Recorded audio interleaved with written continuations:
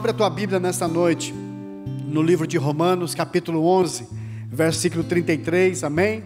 Nós estamos muito felizes por mais uma noite estarmos aqui juntos como igreja, como Betel, na casa do Senhor, para juntos aqui louvar o seu nome, adorar a sua presença neste lugar, amém? Romanos 11, 33, e nós vamos ler também o capítulo 12 até o versículo 2, amém? Diz assim: ó profundidade da riqueza, da sabedoria e do conhecimento de Deus, quão insondáveis são os seus juízos, e quão inescrutáveis os seus caminhos. Pois quem conheceu a mente do Senhor? Quem se tornou seu conselheiro? Quem primeiro lhe deu alguma coisa para que lhe recompense? Portanto, dele, por ele e para ele são todas as coisas. A ele seja a glória perpetuamente. Amém. Portanto, caros irmãos, rogo-vos, pelas misericórdias de Deus, que apresentei-vos o vosso corpo como um sacrifício vivo, santo e agradável a Deus, que é o vosso culto espiritual. E não vos amoldeis ao sistema deste mundo, mas sede transformados pela renovação das vossas mentes, para que experimenteis qual seja a boa, agradável e perfeita vontade de Deus. Aleluia, aleluia. Pode se assentar, querido.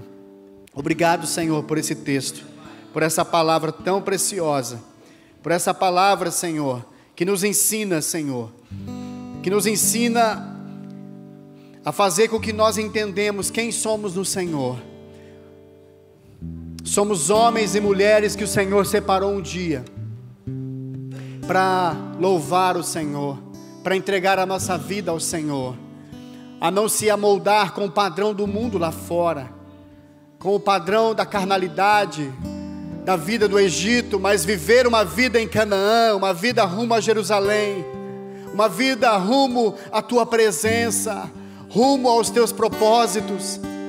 Meu Deus, ensina-nos nesta noite, ensina-nos nesta noite a vivenciar isto. Ensina-nos nessa noite a ouvir a Tua palavra e guardar no nosso coração aquilo que o Senhor quer ministrar nesta noite. Por isso quebra-nos e faz-nos de novo.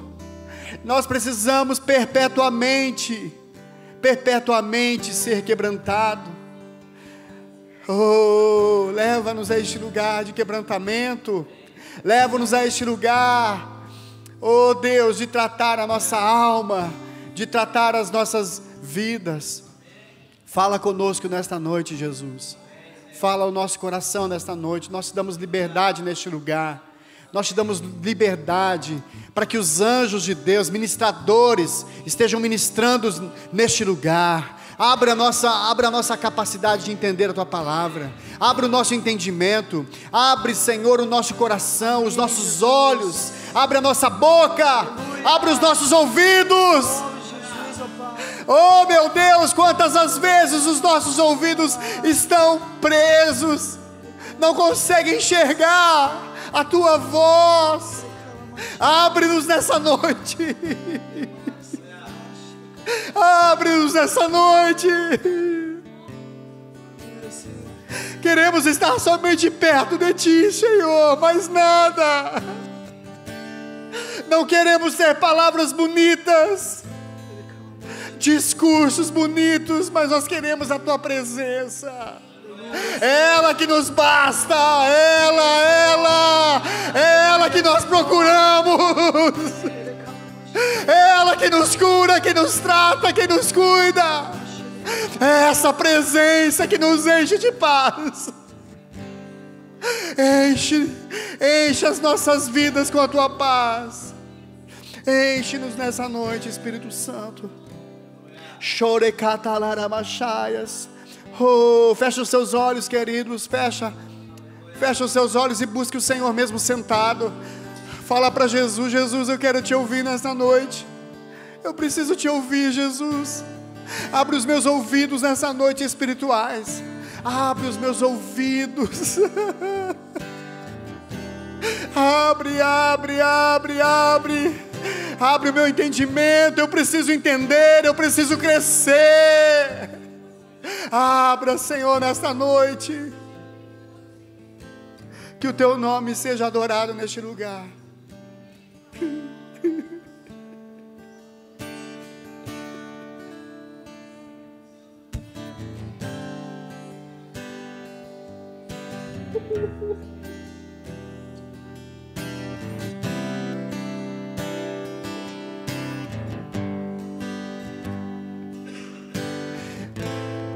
Nós não queremos saber fazer, Senhor.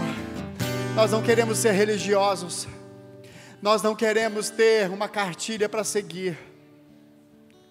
Mas queremos a tua presença, que faz toda a diferença.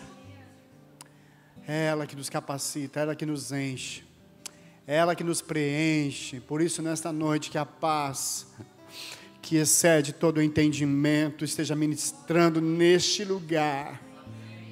Essa paz que lá fora não há, essa paz que o mundo não conhece, que ela venha aqui nesta noite e tome as nossas vidas. Tome as nossas vidas. Em nome de Jesus, xalaramachaias. Quando entendemos quem somos em Deus, tudo vai ficar mais fácil. Quando nós entendemos, quando nós começarmos a entender o propósito de Deus, nós vamos começar a valorizar aquilo que somos. Porque o problema é que nós não entendemos e não valorizamos quem somos em Deus. Aquilo que o pastor Mazarim ministrou aqui, nós estamos carecas de ouvir aos domingos de ceia, que aquele sacrifício na cruz não foi em vão, mas foi pela minha vida e a sua vida. Mas nós não assimilamos, nós não conseguimos entender com plenitude o que diz isso para a minha vida e para a sua vida. E eu quero dizer para você que quando você começar a entender, eu começar a entender isso, na minha boca haverá cânticos de louvor e de adoração, na minha boca haverá pregação sobre salvação àqueles que não conhecem, porque isso é forte, isso precisa ser vivenciado na nossa vida e no nosso coração. A morte de Jesus não será em vão, não foi em vão. Mas isso nós falamos semana passada sobre o primeiro jardim, a primeira oportunidade que o homem teve, onde ele desprezou. E eu quero dizer nessa noite que sempre haverão os segundos jardins para a nossa vida, amém, irmãos? Nós podemos pecar, podemos vacilar, podemos ir contra, podemos fugir da vontade, mas quando nos humilhamos e nos quebrantamos, haverá uma segunda chance. Agora precisamos cooperar para um chamado, precisamos cooperar para esse segundo tempo que o Senhor nos espera. Mas quando é esse segundo tempo? É todo momento. É todo momento, a todo instante nós precisamos ter esse coração que perdoa, esse coração que vivencia o plano de Deus, a vontade, essa vontade de querer fazer a obra de Deus, essa vontade de querer obedecer os mandamentos do Senhor. E esse texto de Romanos, ali fala no versículo 33, ó profundidade, fala de uma plenitude de Deus, fala de algo que não vai se esgotar, que não vai se consumir, que não vai se esvaziar, mas algo penetrante, algo que preenche, algo que penetra a paz do nosso coração. A sabedoria de Deus, ela é inesgotável, irmãos, e ela muitas vezes não vai ser compreendida pelos homens. Mas eu digo para você nessa noite que você tem condições de sentir esse amor na praticidade, no seu interior. Você tem condições de sentir esse amor que Jesus deu por você, para você e para mim. Nós podemos sentir esse amor prático, esse amor interminável, esse amor que lança fora todo medo, esse amor que nos perdoa, que nos aceita como somos, esse amor que é incomparável, o amor de Jesus. E ali no final do versículo 36, fala que, portanto dele e por ele, porque Deus é a minha fonte, Deus é a nossa fonte. Então, esse Deus é a nossa fonte dele. Por ele, ele é a nossa fonte. Por meio dele, ele é o canal de você alcançar a presença dele. E enfim, para ele é o fim, é o propósito. Para ele são todas as coisas. Então nós precisamos entender e vivenciar esse versículo na nossa vida. E Paulo aqui na intenção, ele adota a linguagem do Antigo Testamento, a fim de mostrar para mim e para você, que lá no Antigo Testamento, corpos eram queimados e oferecidos, para que houvesse perdão. Mas hoje o Senhor nos dá a liberdade de cultuar, de adorar, de sentir a sua presença, de fazer um culto racional ao Senhor, de fazer uma entrega diária dos nossos corpos vivos para Ele. Você entende isso, querido? Não é só no domingo à noite vir aqui na igreja, cultuar, adorar o nome do Senhor, não. Você está fazendo isso nessa noite.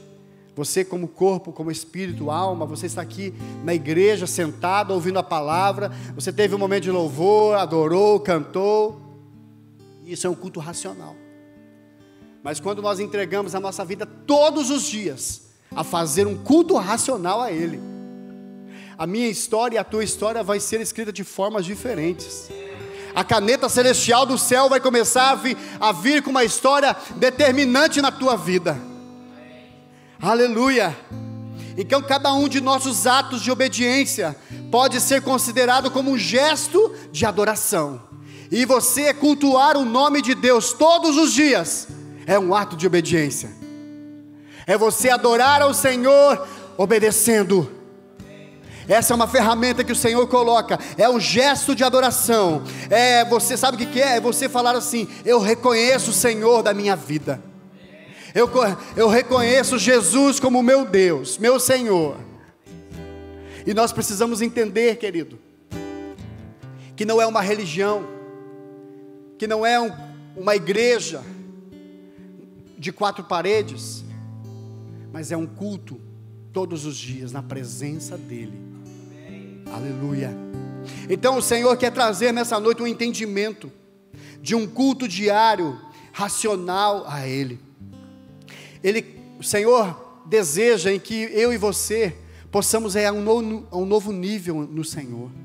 Quantos desejam ir mais fundo no Senhor, mais alto no Senhor? Quantos desejam sonhar de madrugada e ter sonhos espirituais? Quantos desejam ter visões do céu? Aleluia. Quantos desejam reativar isso, porque uma vez estava ativado na tua vida, mas hoje, com o passar dos dias, dos tempos, dos meses e dos anos, isso paralisou, isso parou, isso muitas vezes é água parada na tua vida, mas o Senhor nessa noite quer reativar isso. O Senhor nessa noite quer trazer um nível de intimidade maior, um nível de entendimento maior, uma vida totalmente levada pelo Espírito. Nós precisamos entender que a minha vida, ela precisa ser dirigida no Espírito. Quando começarmos a entender isso, irmãos, pode ter certeza que a nossa vida não será mais a mesma. Não será, porque você pode me dizer isso. Quantos já tiveram uma experiência daquele dia, naquela vigília de madrugada, de você enxergar a glória de Deus? Quantos já tiveram essa experiência? Você realmente quase ser arrebatado. E parece que as coisas ficam mais fáceis depois disso, é uma verdade. Parece que se levanta qualquer situação ali, mas aquilo que você recebeu de Deus é tão potente, tão forte, que nada vai te abater, porque aquilo que você recebeu é incomparável. É a glória de Deus que veio sobre a tua vida. Então você se torna um homem forte, não forte por você, mas forte pelo Senhor, porque você recebeu. Eu lembro muito bem quando eu era mais novo, nós éramos lá do Paraná ainda, e nós éramos louquinhos para uma vigília, era mesmo, e a nossa vigília era a madrugada toda, até amanhecer, e a gente era comunhão, era unidade, Entende? Final do mês está chegando. Final do mês está chegando. Irmãos, era uma bênção, porque você recebia da glória de Deus, você saía dali flutuando. Poderia se levantar qualquer situaçãozinha amanhã lá no estudo, lá no trabalho, que não, deixa ele lá. Enquanto nós estamos sendo levados pela alma, pelo corpo, pelas nossas forças, qualquer coisa que se levanta contra mim e você, nos atinge. Lógico,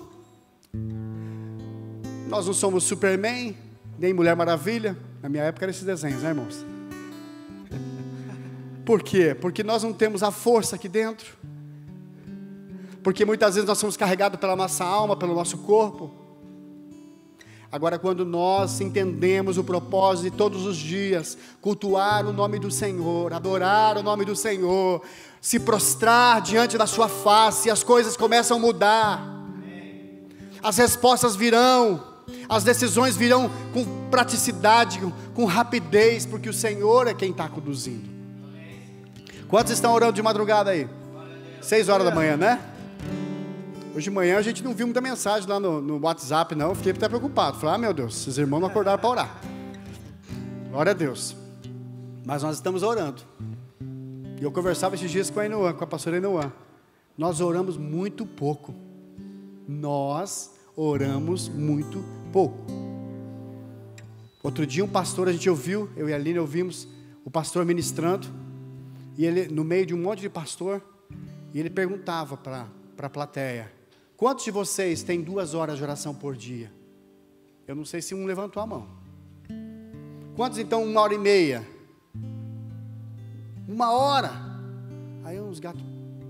Então a igreja não ora mais.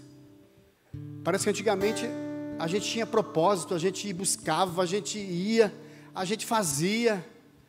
Mas hoje a gente quer a bênção, quer a graça, quer a unção no automático, na unção de domingo passado, numa vida, deixa a vida me levar, empurrando com a barriga. E não é isso, irmãos. Não é isso, irmãos. Nós precisamos encontrar chaves para a nossa vida, irmãos. Nós precisamos encontrar respostas para a nossa vida. E isso nós vamos encontrar na oração, irmãos. Nós vamos encontrar no quebrantamento, no jejum. Aleluia. Não há formas super especiais de outro mundo que vem à presença de Deus. Mas a Bíblia fala que quando um homem se quebranta o coração do seu pai, o seu pai vem porque ele não aguenta ver o seu filho ali chorando, quebrantado. E é isso que nós precisamos buscar. Nós precisamos constranger o coração do nosso pai. Nós temos que olhar para Deus e ver Deus olhando para nós. Eu não estou aguentando mais meu filho gemer, orar. Eu vou liberar para ele, eu vou dar para ele, eu vou idealizar nele uma chave. E nesta noite o Senhor, quando eu comecei a preparar essa palavra, o Senhor falou muito sobre chave, sobre respostas. Abra sua Bíblia comigo em Apocalipse, capítulo 3, versículos 7 e 8.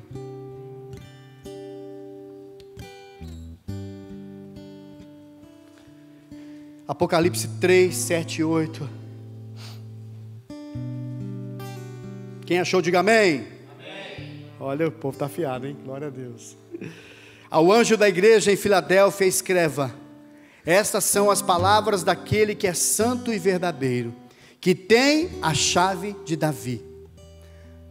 Porque o que ele abre, ninguém pode, e o que ele fecha, ninguém pode. Conheço as suas obras, e eis que coloquei diante de você uma porta aberta, que ninguém pode fechar. Sei que você tem pouca força, mas guardou a minha palavra, e não negou o meu nome. Aleluia! Essa é uma palavra poderosa, irmãos. O Senhor está te dizendo nessa noite que aquilo que Ele tem para você, nada vai impedir. Em outras palavras, nada vai impedir. Aquilo que Ele tem para você, mesmo você tendo pouca força, é uma porta aberta, eu coloco diante de você. Agora nós precisamos ter a chave. Nós precisamos ter a chavezinha, um instrumentinho desse tamanho, não é verdade? Chave é um instrumento que serve para funcionar o mecanismo de uma fechadura. Fui ver o que significa, porque é uma palavra tão simples, né, mas não sabia escrever o que é, fui ver. É um mecanismo que serve para funcionar uma fechadura. Se você olhar na forma figurada a chave, ela fala o seguinte, que é uma posição estratégica, é uma solução, é uma explicação e é uma decifração. Nós precisamos, quantas as vezes nós precisamos de uma posição estratégica, de uma solução, de uma explicação de algo que não tem como se explicar humanamente. Nós precisamos de uma chave para guardar o bem precioso no nosso coração. Nós precisamos de uma chave para a nossa vida, irmãos. Se você pegar, por exemplo, um cofre, hoje, acho que tem até a chave ainda, mas eu já vi cofre também com chaves, né? Tem a chave e tem o segredo, né? Então, você faz o segredo ali, e se você não tiver o código do segredo, ou a chave para você abrir, você não vai abrir aquele cofre, não é verdade? É a proteção, que alguém pode roubar você, que alguém possa roubar você. Se você for andar com o seu carro, você precisa de uma chave para dar a partida no carro e sair o carro andando. Se você não tiver a chave para abrir o cofre, você não vai conseguir pegar o que está lá dentro. Se você não tiver uma chave para você andar com o seu, você não vai conseguir sair do lugar, você vai ficar parado, porque você precisa de uma chave. E o Senhor quer trazer essa chave na tua vida, na minha vida, nesta noite. Porque muitas vezes essa chave está perdida, já não está mais conosco. É como eu falei no começo, os dias, os meses, os anos se passam e nós achamos que estamos com a chave, mas já não está mais conosco. Porque deixamos entrar outras chaves que não abrem aquilo que Deus tem para nós. E o contexto dessa história, eu dei uma estudadinha, né? Abre comigo lá em Isaías 22, 22. Mas o contexto da história, tem um contexto, uma história que diz assim, que na época dos reis de Israel, era escolhido um homem para cuidar das finanças do reinado. E para este homem era dado uma chave bem grandona, como uma marca, como uma figura simbólica, né? E era colocado nos seus ombros essa chave, né? E era chamada a chave de Davi. Abre comigo lá em Isaías, deixa eu só abrir aqui também. Isaías 22, 22, olha só o que diz, quer ver? Aqui é o contexto da história. O rei Ezequias, Eliaquim foi chamado no lugar de Sebiná, que foi deposto ao cargo de administrador, e foi então profetizado sobre Ezequias, ou melhor, sobre Eliaquim, né? Porém sobre os seus ombros a chave da casa de Davi. O que ele abrir, ninguém terá o poder de fechar, e o que ele fechar, ninguém será capaz de abrir. Essa é a chave da presença de Deus, a chave do conhecimento de Deus, que aquilo que Deus abre, ninguém vai fechar, e aquilo que Deus fecha, ninguém vai abrir. E se você realmente quer viver uma vida na presença de Deus, você precisa ter essa chave. Você precisa ter essa chave. Esse homem aqui perdeu o posto, Sebiná perdeu o posto. O contexto dessa história aqui. E então foi chamado Eliaquim no reinado de Ezequias. E Eliaquim recebeu essa palavra, porque era um homem separado pelo Senhor. Vai um pouquinho para frente, abre comigo lá no livro de Mateus, capítulo 16, versículo 13. Vamos ver o que Jesus fala sobre as chaves. Mateus, capítulo 16, versículo 13, de 13 até 20. Chegando Jesus à região da Cesareia de Filipe, perguntou aos seus discípulos: quem os outros dizem que o Filho do Homem é? E eles responderam: alguns dizem que é João Batista, outros Elias, e ainda outros Jeremias, ou um dos profetas. Mas e vocês? Perguntou ele. Quem vocês dizem que eu sou? Então Simão Pedro respondeu: tu és o Cristo, o Filho do Deus vivo. Então respondeu Jesus: feliz é você, Simão, filho de Jonas, porque isso não foi revelado a você por carne ou sangue, mas por meu Pai que estás nos céus. E eu digo a você, é Pedro, e sobre esta pedra edificarei a minha igreja, e as portas do inferno não poderão vencê-la. Presta atenção agora, irmão. Eu darei a você as chaves do reino dos céus. O que você ligar na terra, terá sido ligado nos céus. E o que você desligar na terra, terá sido desligado nos céus. Então advertiu a seus discípulos que não contasse a ninguém que ele era o Cristo. Aleluia, aleluia. Aqui é um contexto, Jesus chegando em Cesareia. E esse Cesareia aqui era um antigo lugar, deixa eu só ver aqui rapidinho.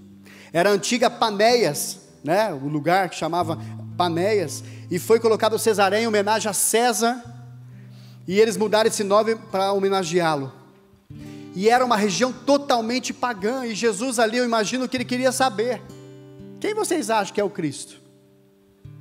Então Pedro falou: olha, alguns falam que é João Batista, outros falam que é fulano, ciclano. Mas e vocês? Quem vocês acham que é o Cristo? Então Pedro revelou a Jesus. Sabe, queridos, a questão aqui é que vivemos muitas vezes numa igreja, de um contexto que quer somente conseguir a chave, que quer só a resposta para o seu casamento, que quer a resposta para a sua vida financeira, que quer resolver os seus problemas, mas não quer ter uma amizade, uma confiança, um andar junto de Jesus.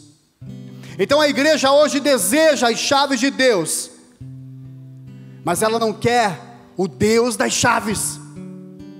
Ela quer o contrário, ela quer as chaves do Senhor. Mas muitas vezes nós vemos a igreja, nós como igreja, estou falando nós, e essa mensagem é primeira para mim. Muitas vezes nós queremos a resposta, nós queremos acertar na decisão, acertar no alvo, e depois então, você vai até, muitas vezes sem a intenção, mas depois que você acertou no alvo, aí você vai agradecer ao Senhor, entende? Você está ligado na bênção, na resposta, na decisão, não está ligado em Deus. E muitos acham que encontraram as chaves certas, mas eu quero dizer para você que são outros segredos, não são as chaves corretas. E o povo de Deus quer inventar muitas vezes novos segredos, novas trancas, esquecendo que a chave é o Senhor Jesus. Amém.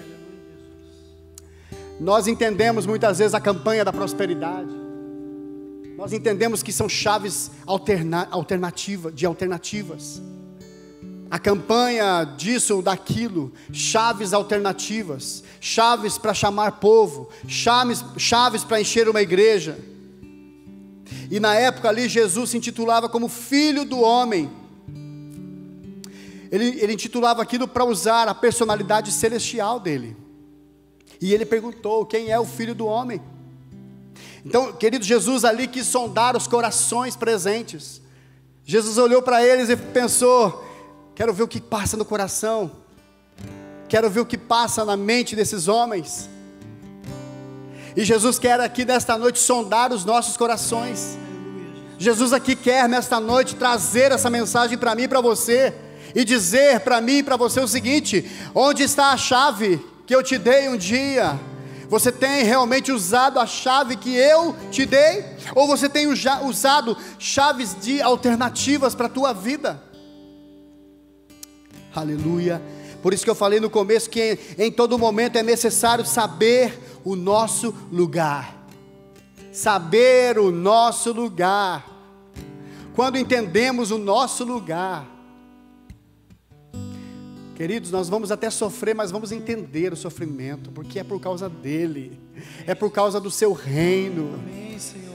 vamos entender a mudança da nossa mente, vai começar a vir uma maturidade que não é nossa, mas é dele, do Senhor, e nós necessitamos dessa maturidade para a nossa vida, nós necessitamos. E eu pergunto nessa noite: quem é o filho do homem na minha vida? Quem é o filho do homem na sua vida? Será aquele dos domingos à noite somente? Ou será o filho do homem nos dias de convívio? Ou nos dias das saídas da rua? Será que o filho do homem também é na minha vida, no meu trabalho, na minha casa, na minha família, no meu dia sozinho? Será que ele é o filho do homem na minha vida? Nós precisamos começar a entender isso, irmãos. Nós precisamos entender que ele precisa ser o filho do homem. Porque se eu perguntar para cada um de nós: quem é o filho do homem? Você fala: Jesus. Mas entende que é uma resposta muitas vezes automática? É uma resposta muitas vezes no automático: Jesus. Entende? Quero dizer para você nessa noite: vamos sair do automático. Vamos sair do piloto automático. Você sabe que um carro, alguns carros modernos têm um piloto automático. Você programa ali quantos quilômetros por hora você quer andar, você coloca ali 120 por hora, não precisa mais pisar no acelerador, e você só guia, né, Cacá?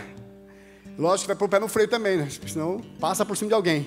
Mas se chama piloto automático. Jesus quer tirar esse piloto automático espiritual da nossa vida. Nós precisamos começar a viver numa vida talvez a mecânica, né? Não automática, mecânica. Aquela que todo dia, aquela que toda hora precisa trocar marcha, na primeira, na segunda, na terceira e na quarta e na quinta, e às vezes dá um fôlegozinho, eu ponho ali na banguela. Antigamente era assim, não era? Oh, aleluia. A resposta precisa ser convicta por aquilo que você ouviu falar, mas principalmente a resposta precisa ser convicta em andar com ele. Porque uma coisa, Jó falou, uma coisa é você ouvir falar, e outra é andar com ele. E é isso que o Senhor quer trazer nessa noite, uma experiência viva em mim, uma experiência vivenciada em mim. Não de você ler uma história e contar algo para alguém, mas você contar a tua história que você tem com o seu Senhor. É diferente, irmãos. É diferente quando você conta uma causa sua, um problema seu, onde você passou por um milagre, ou quando você testemunha o testemunho de alguém. É diferente. O Senhor quer trazer nessa noite que a nossa história, o ator dessa história precisa ser eu e você. Nós precisamos ser ali, aquele que participa, aquele que testemunha, aquele que muda uma história, aquele que tem a experiência com ele. Nós precisamos ser esse ator. O Senhor te chama nesta noite. Aleluia. Sabe, quando sofrermos, nós vamos entender o propósito. Nós vamos entender o porquê do sofrimento. Porque nós sabemos que o Senhor é quem vai dirigir, é o Senhor quem vai ministrar, e nós entendemos que o Filho do Homem está conosco. Filho do Homem. Não haverá mais questionamento, não haverá mais falta de convicção, nem decisão e nem traumas, porque nós entendemos andar com o Filho do Homem. Nós entendemos e assumimos em ter Jesus como nosso Senhor. Sabe, queridos, isso vai nos levar a informar. Vai nos levar a informar, a informação de quem é Jesus na nossa vida, de quem é o Senhor na nossa vida.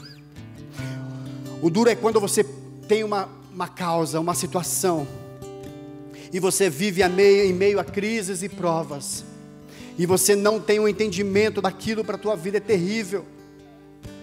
Muitas vezes nós estamos sofrendo por uma causa, por uma luta, por uma provação, e muitas vezes é assim que nós semeamos e que nós colhemos. Mas sabe, Deus aproveita aquela circunstância, aquela situação, para se tornar bênção na minha vida e na sua vida. Agora, se nós não entendermos aquilo vai passar e nada vai acontecer, porque nós não entendemos.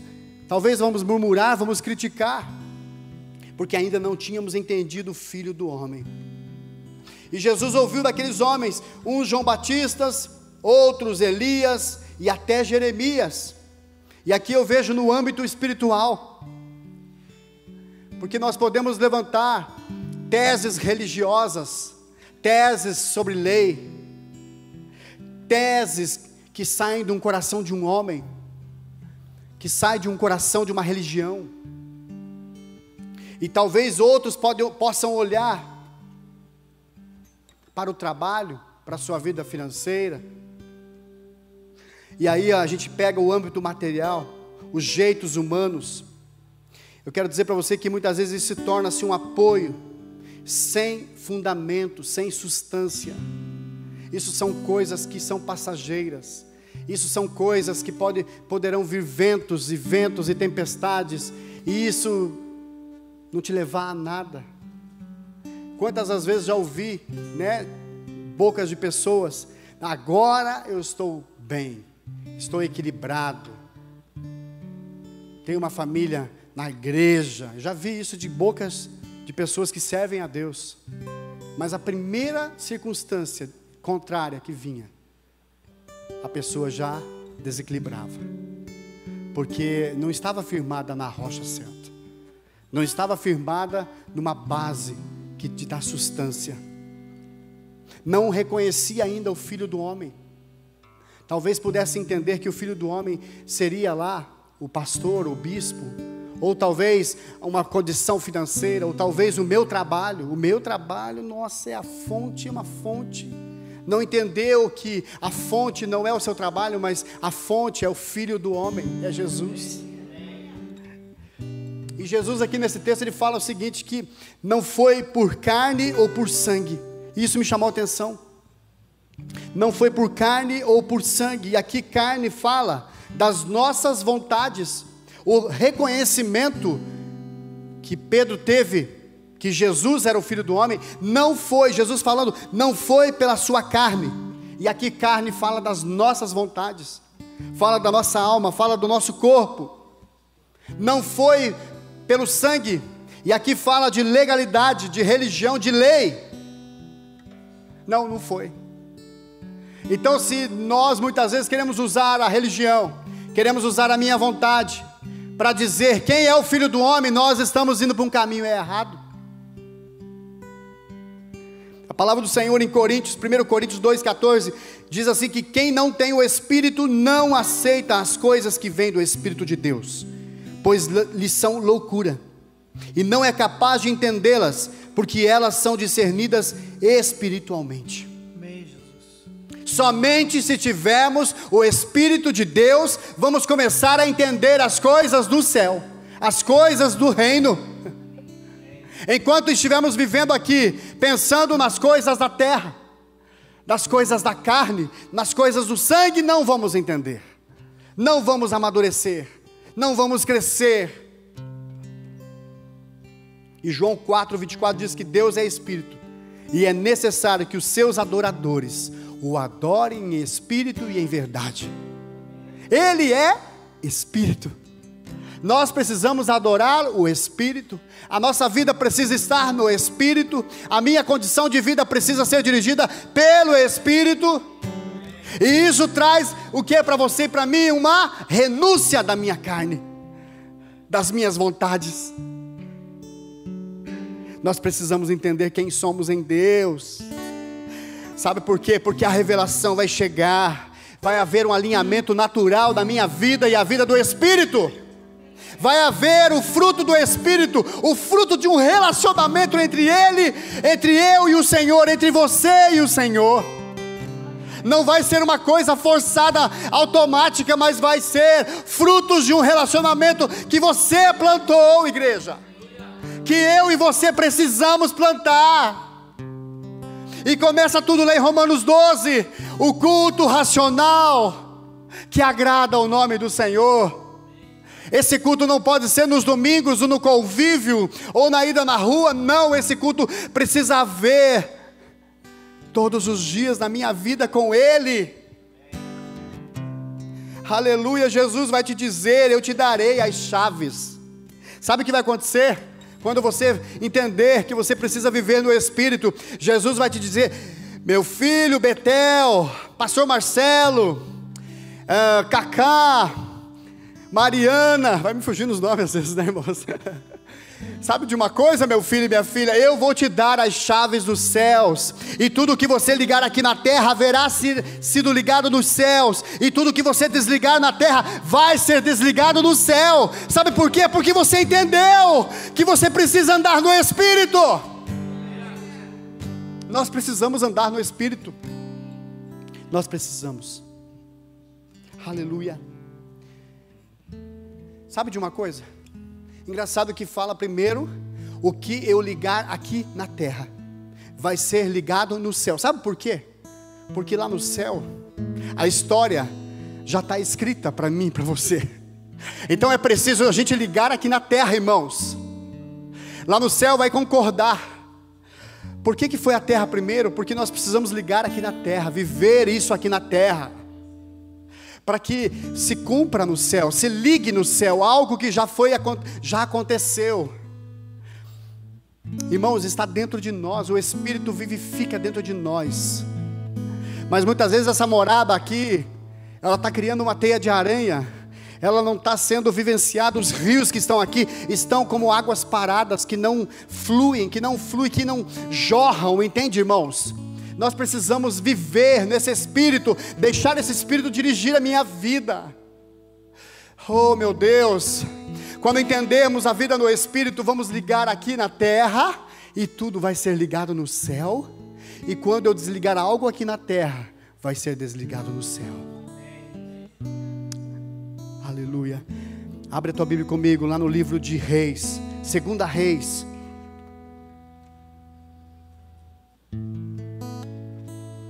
Irmãos do céu, esqueci meu relógio. Aleluia mesmo. Misericórdia. Quando é 10 horas, aí me avisa, alguém me avisa, hein, irmãos. Amém. Aleluia.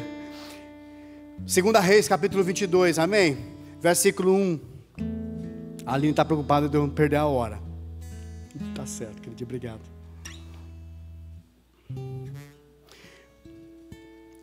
Nós vamos ler um pouquinho dessa história aqui que Jesus me pegou nela. A história de Josias. Aleluia. Josias.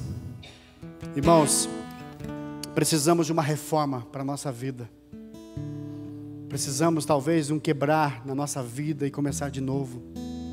É isso que Deus deseja em nós. E se tiver que quebrar todo dia, vamos quebrar todo dia. Vamos para a presença dele de novo. Vamos chorar de novo. Hoje eu estava lá em casa à tarde, falei, Deus, como é que é esse negócio, meu Deus? É difícil esse negócio de igreja. Por favor. Meu Deus, mas que coisa que o Senhor foi me colocar. Que barco furado é esse, meu Deus? O Senhor fala, não é, meu filho. Aleluia, o Senhor te chamou para fazer parte desse projeto. Junto comigo. E nós vamos avançar nessa cidade, vamos ganhar essa cidade, Deus vai nos dar essa cidade.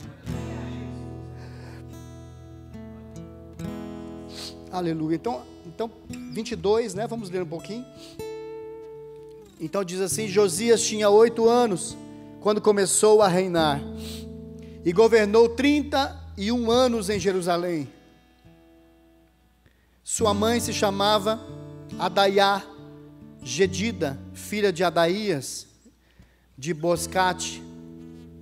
E ele praticou o que era correto e agradável aos olhos do Senhor, e procurou agir em tudo de acordo com os princípios de Davi, seu antepassado, sem se desviar para a direita e nem para a esquerda.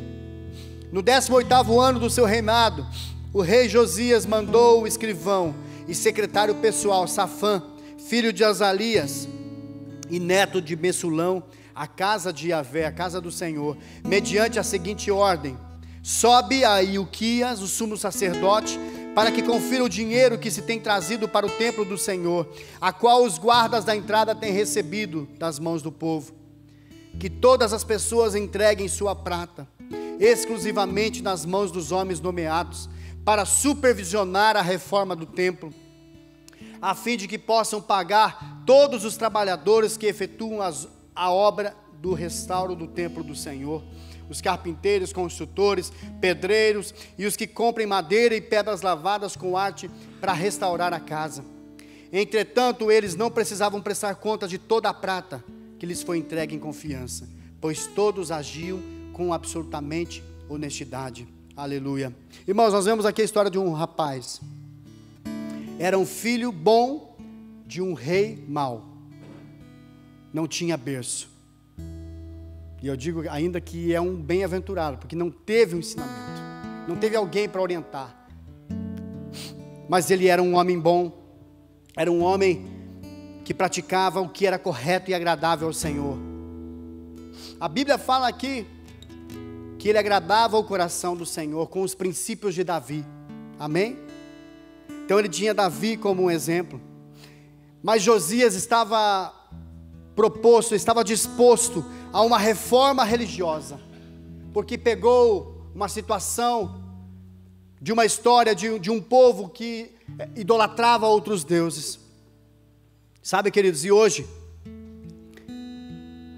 eu quero ministrar para nós nessa noite, que nós precisamos de uma reforma, não talvez para tirar outros deuses, não talvez para tirar coisas que impeçam o servir ao Senhor, com integridade, com lealdade, mas a restauração do nosso amor para com Jesus, a restauração do templo, a restauração, uma nova edificação, de uma vida de maturidade no Senhor. É isso que Deus me chama a atenção nesta noite.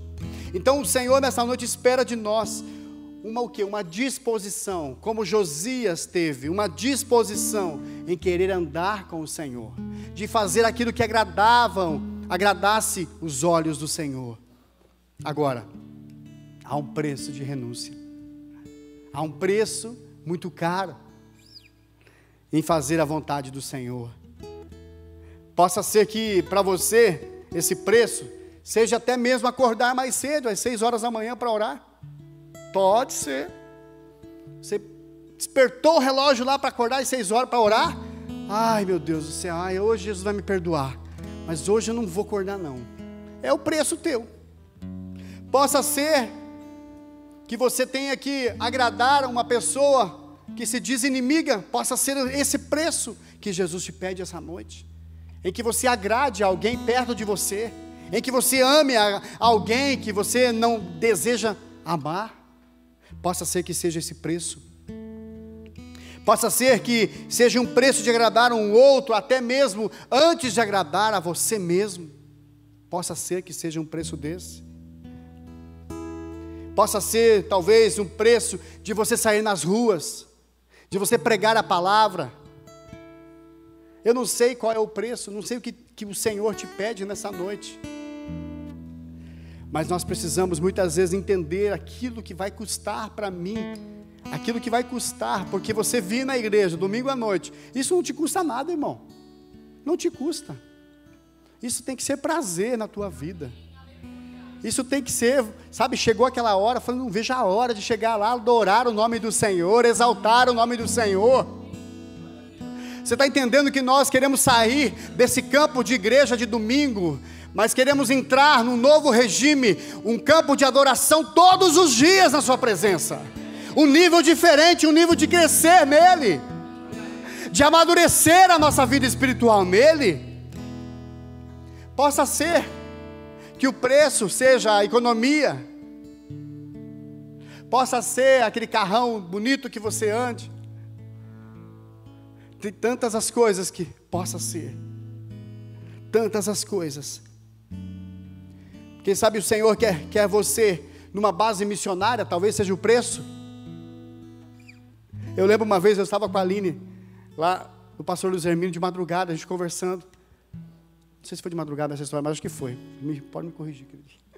Mas a gente falando de milhas, que ele viaja muito, ele viaja. E eu e a Aline também guardamos milhas para viajar, para passear. E eu perguntei para ele, pastor, mas o que o senhor faz? Ele vai passear? Eu falei, não, que passear, rapaz? Essas milhas eu dou para missionários, para pessoas que não têm como pagar, para elas poderem viajar. Eu olhei para a cara da Aline, eu queria me enfiar embaixo da mesa, de vergonha, porque é isso mesmo, nós pensamos só em nós. Possa ser que seja o preço teu isso, de você deixar de viver para você, para viver para os outros. Talvez seja um preço de deixar de realizar um desejo, um sonho seu, para sonhar a vida do seu irmão. Você vai agradar o seu irmão. Josias, queridos, Josias estava disposto a agradar ao coração de Deus, porque o último rei que havia feito aquilo era Joás, eu escrevi aqui, no ano de 823 antes de Cristo, está lá no capítulo 12, de 6 a 12, e o último rei a estar na presença de Deus, era exatamente o rei Ezequias. O resto, se você for estudar a história, todos os reis faziam aquilo que era mal, e contra a vontade do Senhor. Então Josias precisava muito encontrar as chaves do coração de Deus, e Josias então chamou Safã. Safã, vai até o sumo sacerdote Hilquias, e veja como é que está, vamos fazer uma contagem da parte financeira. Ele começou por ali, vai no templo, para que comecem a pagar os funcionários, o pedreiro, o carpinteiro, não é? Tem vários ali, não lembro, mas está ali na palavra, a gente leu, né? Então então Safã foi até lá, e eles começaram, e a história conta o seguinte, que Hilquias, na casa do Senhor, e aqui que a coisa me pegou, na casa do Senhor, Hilquias encontrou o que se havia perdido. Está um pouquinho para frente ali, no versículo 8, Hilquias começou a vasculhar a casa do Senhor, e encontrou aquilo que havia se perdido, que era o livro da Torá, o livro da lei. Na própria casa do Senhor havia se perdido o livro. Aleluia. Queridos, o Senhor me deixou claro o seguinte, que na própria casa do Senhor eu tenho perdido o Senhor. Ah, mas aqui na casa do Senhor eu tenho perdido. Não é aqui nessas quatro paredes. É aí, é aqui. É aqui na casa de oração, é aqui dentro. É por aqui que eu tenho perdido o meu Senhor. E a palavra fala que Hilquias ficou tão preocupado, que ele logo quis avisar o rei Josias. E quando Josias soube daquilo, a reação de Josias foi de se quebrantar, de rasgar as suas vestes, de entender que o povo do Senhor já havia perdido o livro fazia muito tempo, havia perdido o livro na casa do Senhor. Quando nós temos líderes que não se preocupam se ele pecou, igual Josué, ele não quis saber se ele tinha pecado contra o Senhor, mas ele entendia que ele tinha uma responsabilidade diante de um povo, e que qualquer atitude daquele povo que fizessem, ele era o líder, ele estava à frente, ele estava responsável. Não que aquele irmão, aquele povo tinha que se arrepender, não é isso, mas ele era o primeiro a rasgar as suas vestes, a se quebrantar diante do Senhor, e foi exatamente o que aconteceu na vida desse homem. Aleluia. Irmãos, Josias sinalizava a Deus que ele queria uma reforma espiritual na casa do Senhor. Nós precisamos sinalizar ao Senhor que nós precisamos encontrar o Senhor na nossa casa de novo.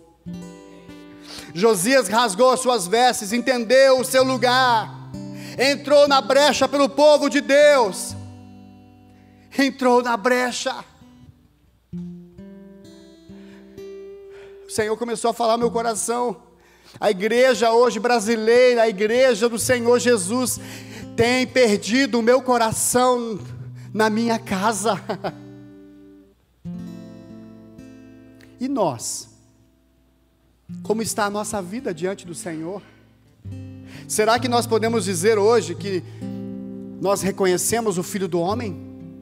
Será que hoje nós vivenciamos o Filho do Homem todos os dias falando conosco, dirigindo a nossa vida, os nossos hábitos? Será que nós podemos afirmar isso? Ou podemos afirmar que somente nos domingos o Filho do Homem é reconhecido por nós?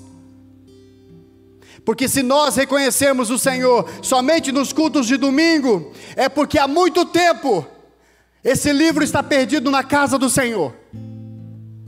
E esse livro representa aqui, irmãos, essa chave. E essa chave aqui representa a presença do Senhor. Quando encontramos esse livro, as chaves, as coisas vão modificar na nossa vida, as coisas vão se alterar na nossa vida. Tudo vai começar a modificar. O rei mandou chamar a profetisa Uda. E essa mulher profetizou o seguinte, duas coisas. A primeira, está toda a história para frente, você pode ler depois, mas a primeira, a destruição de Judá por causa da idolatria. E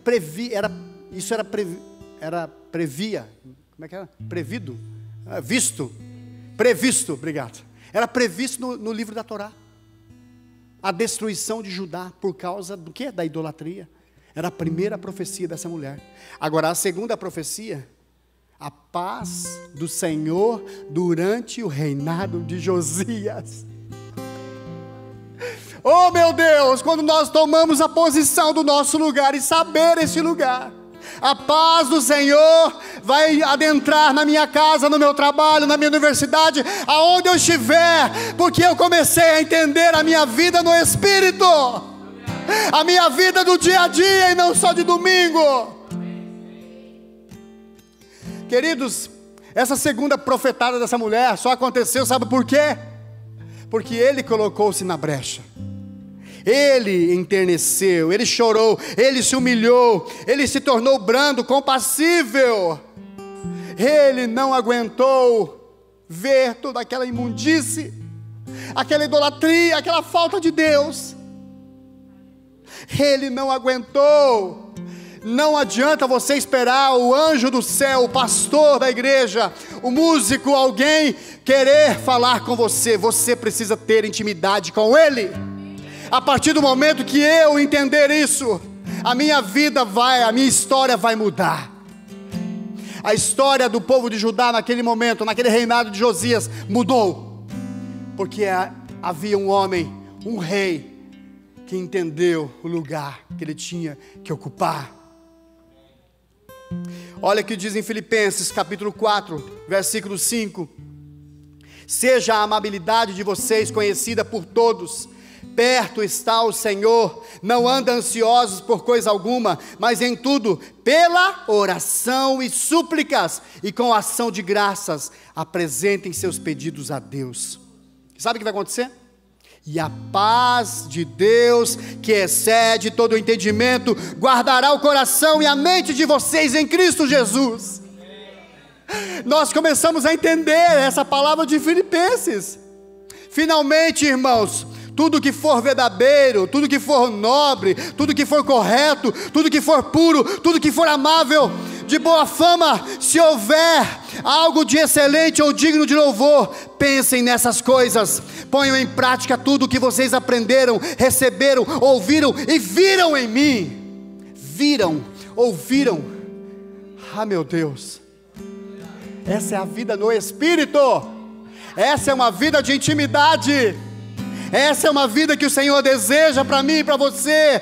E essa é uma noite que o Senhor quer nos mostrar que a principal resposta que precisamos está em mim e em você. Está em nós. Jesus já fez a sua parte por mim e por você, queridos. Jesus já morreu naquela cruz. Se fez 100% homem.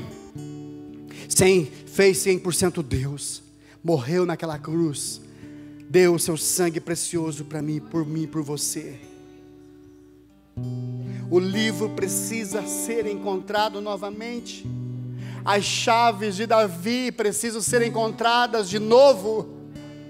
Você quer abrir a tranca da porta, do lugar, da família, sem a chave do Senhor? Não há como, querido. Não há como. Não deixe se perder na casa do Senhor. Não se deixe mais se perder do Senhor. Não deixe mais passar de hoje. Encontre as chaves que Deus tem para a tua vida. Encontre. Sabe, eu não vou dizer aqui para você que você vai parar de sofrer. Mas uma coisa eu vou dizer. Que você tendo a chave, tendo o livro, a presença de Deus na sua vida, Você vai sofrer, mas você vai receber uma anestesia do Espírito Santo, que nem vai ser mais sofrimento, mas vai ser o crescimento, vai ser uma maturidade em você. Aleluia. Feche os seus olhos nessa noite. Feche os seus olhos nessa noite. Eu quero dizer para você que no mundo tereis aflições, mas tenha bom ânimo, eu venci o mundo. Assim Jesus fala para você nessa noite.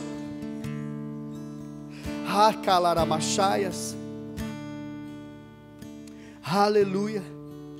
Eu quero dizer para você nessa noite que Jesus te escolheu. Jesus te escolheu. Jesus carregou aquela cruz por você. Jesus te escolheu para você cumprir um chamado. Ele escolheu você para você ser um participante da sua glória. Mas é através da cruz. Não existe outro lugar, através da cruz. Então, sabe, querido, se você tiver que sofrer para sua esposa, sofra. Se você tiver que sofrer e passar e pagar um preço pelo seu marido, pague. Se você tiver que dar passos em rumo à verdade que é Jesus, dê. Mesmo que doa, mas sabe, querido, você vai entrar num novo nível em Deus. Você vai começar a ligar as coisas aqui na terra, e lá no céu será ligado.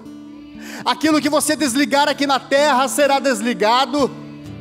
Aleluia, o Senhor tem se preocupado com você, querido. O Senhor está aqui nesta noite. O Senhor tem as chaves para voltar a te dar nessa noite. Agora você precisa encontrar no teu coração a presença de Deus. Aquilo que talvez está perdido, aquilo que talvez você já nem lembra mais, você precisa entender isso nessa noite.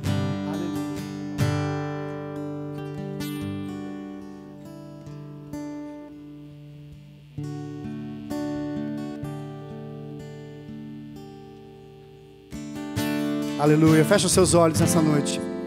Fecha os seus olhos nessa noite. Começa a examinar você.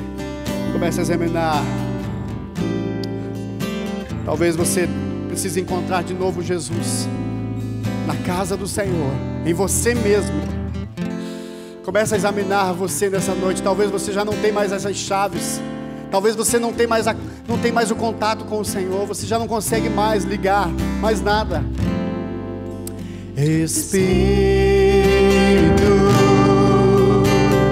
enche a minha vida, enche-me do teu poder, pois de ti eu quero ser.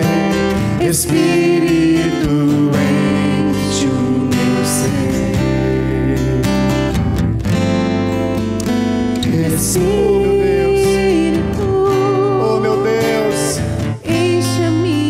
quero me arrepender nessa noite, Senhor, dos meus pecados. Eu quero me arrepender nessa noite, porque mais eu não reconheço mais a tua presença na minha vida. Oh, Espírito Santo, leva-nos a esse arrependimento, leva-nos, Senhor. Oh, as minhas mãos eu quero levantar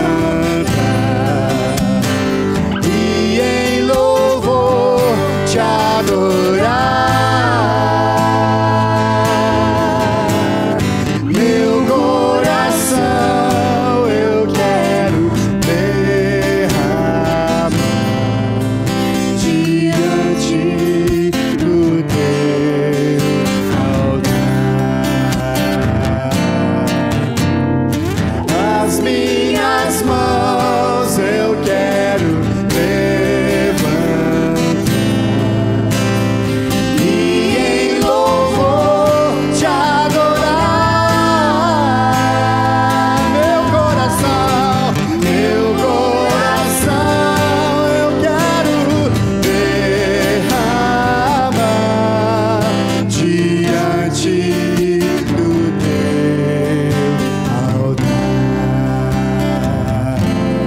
Aleluia. Vamos se colocar em pé, queridos. Se coloque em pé nessa noite. Feche os seus olhos ainda. Eu quero perguntar a você nessa noite, se há alguém aqui nessa noite que compreende que não que não consegue mais andar sem a presença de Jesus, que gostaria de ter uma vida dirigida pelo Espírito, não mais pelas suas emoções ou pela sua carne, ou que gostaria de ter um novo passo, uma nova história, um novo rumo, ou que gostaria de vivenciar os planos, a plenitude, os planos que o Senhor tem para você. Eu gostaria que você levantasse uma das suas mãos. Eu quero orar com você nesta noite. Eu quero declarar, eu quero entrar na brecha por você nesta noite. Eu quero chorar por você nesta noite. Mas você precisa tomar a decisão. Não cabe a mim tomar uma decisão dessa, mas cabe a você nesta noite. Roche calaramachaias, halacataramachaias, ore calaramachaias. Aleluia. É o meu coração, meu coração. Derramar diante do teu altar. As minhas mãos levantar e em louvor te adorar. Meu coração eu quero derramar diante do teu altar. Aleluia. Eu quero chamar esses dois irmãos. Querido, vem aqui à frente, por favor, venha. Você também, querido, venha. Sem constrangimento, a gente quer orar por você. Você que está no banco, você vai estender a sua mão. Nós vamos orar por esses irmãos. Os pastores que estão aqui vão me ajudar. Aleluia, nós queremos orar por vocês. Halikalamachaias. Oh, Espírito Santo. Oh, Shirikalamachaias.